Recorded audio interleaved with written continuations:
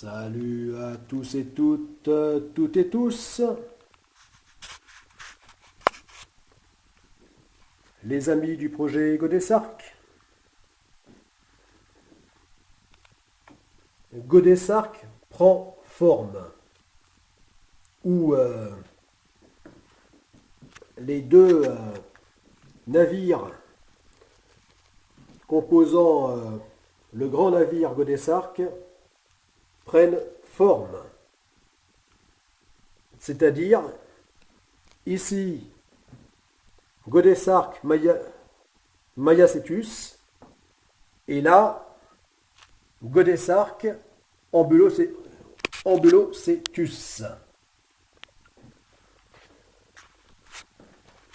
Voilà. Donc, eh bien, la maquette s'affine. Elle s'affine. Ou plutôt la sculpture s'affine.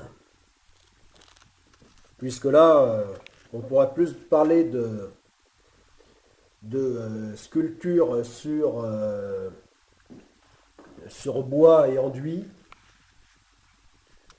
que vraiment de maquette.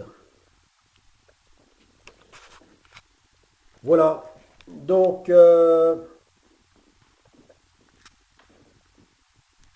bien, donc ça, on voit bien que sa silhouette de navire viking, de fameux dracars, se précise. Donc silhouette de navire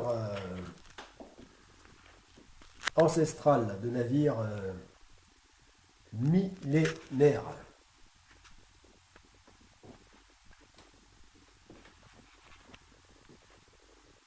Et pourtant futuriste, non moins futuriste.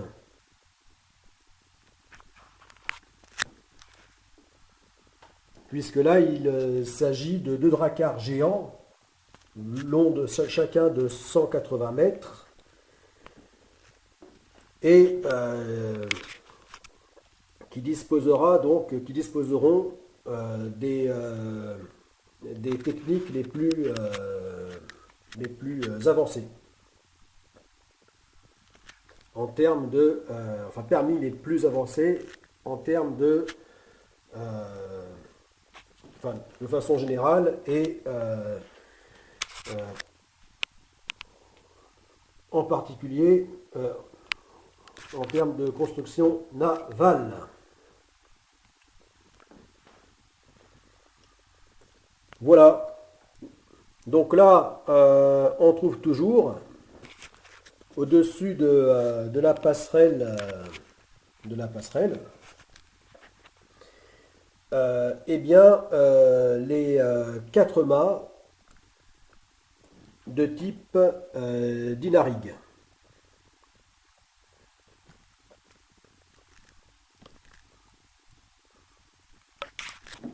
Donc ces quatre mâts qui donc feront que ce navire portera une immense surface de voilure d'un demi-hectare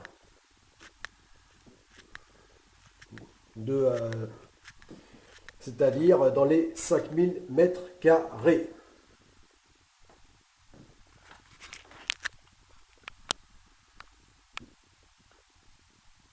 Voilà, alors ici, le petit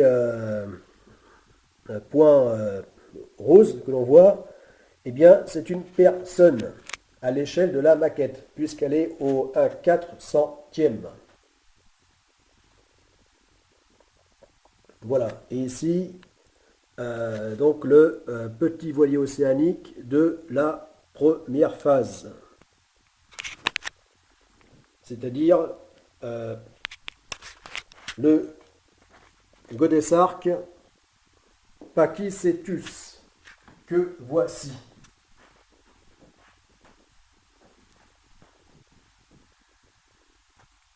Mais ici au 1/20e.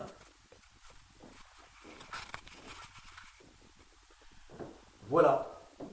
Alors,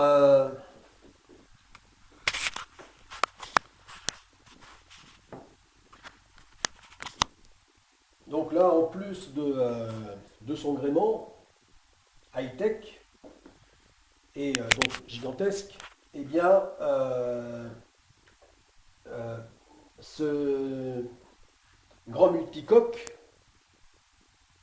donc de type pentamaran, c'est-à-dire à 5 coques, eh bien, aura comme source de propulsion d'énergie tout aussi importante que le vent, hein, le vent en tant que voilier, eh bien, que véritable voilier, eh bien, euh,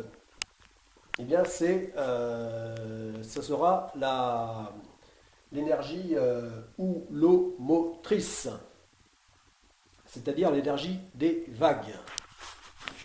Voilà. Alors l'exploitation de l'énergie des vagues,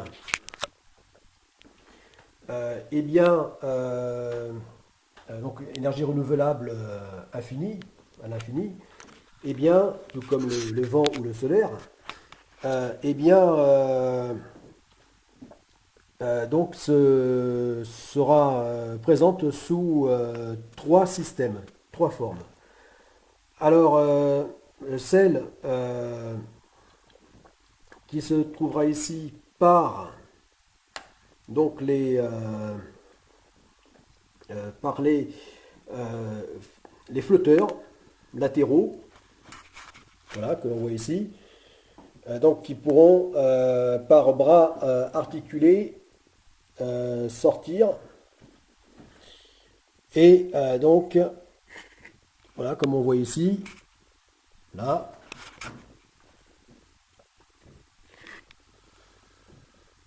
voilà, et donc tout en servant de flotteurs pour stabiliser le navire, de flotteurs latéraux, eh bien,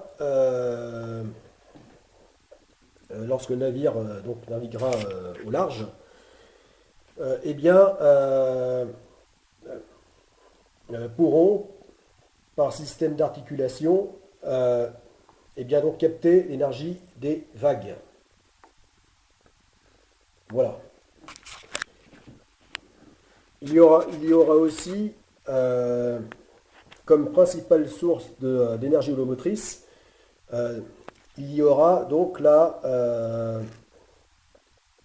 par système d'ailerons latéraux. Donc latéraux à la coque centrale. Voilà, donc toute une série d'ailerons latéraux qui, un peu à la manière de palmes, euh, donc aideront le navire à se propulser et donc par le mouvement de ces ailerons à fournir également une source d'énergie importante.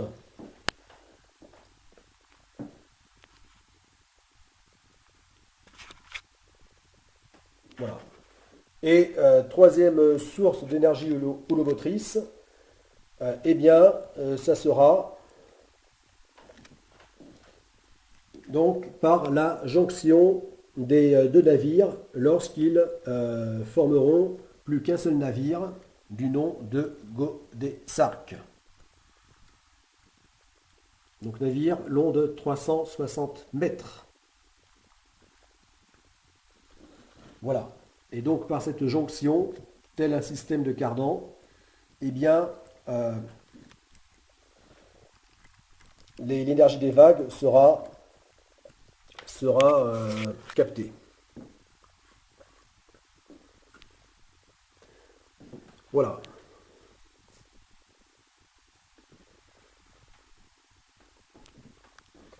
Voilà donc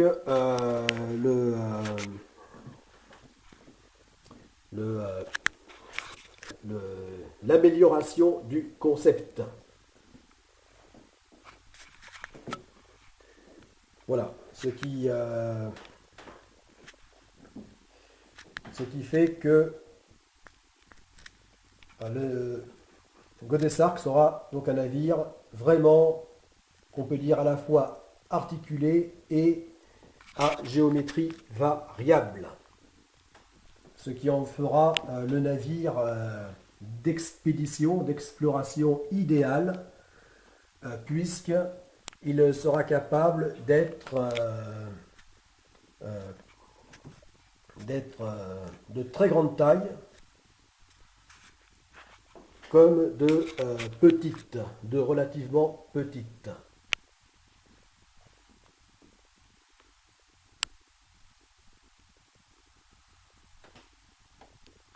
Voilà, puisqu'il s'agit d'un navire capable un navire composé de plusieurs autres, qui sera capable de se diviser en deux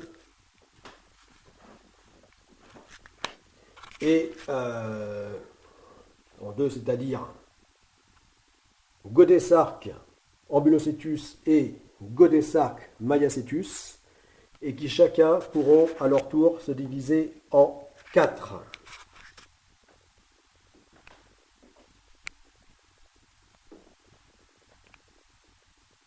Voilà, donc un navire qui sera à la fois monocoque, puisque, par exemple, pour faciliter l'entrée dans les eaux resserrées ou dans les zones portuaires, donc ces flotteurs latéraux pourront se rétracter, comme ici, et de cette manière, transformer le navire en monocoque. Mais pouvant se diviser en 4, il pourra aussi devenir trimaran ou catamaran, ou encore prao. Voilà. Donc un navire vraiment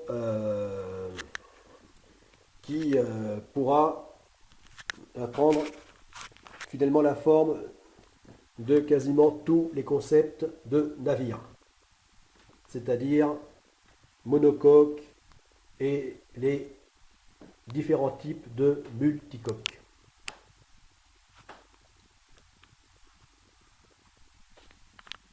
Voilà.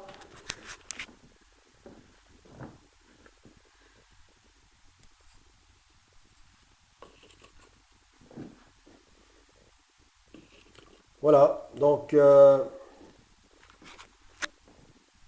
Godesark, GA Mayacetus et GA Ambulocetus, navire futuriste, dracar du futur du XXIe siècle. Dracar géant.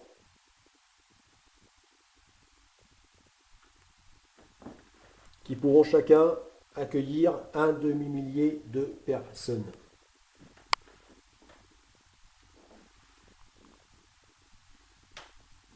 Dans un grand confort.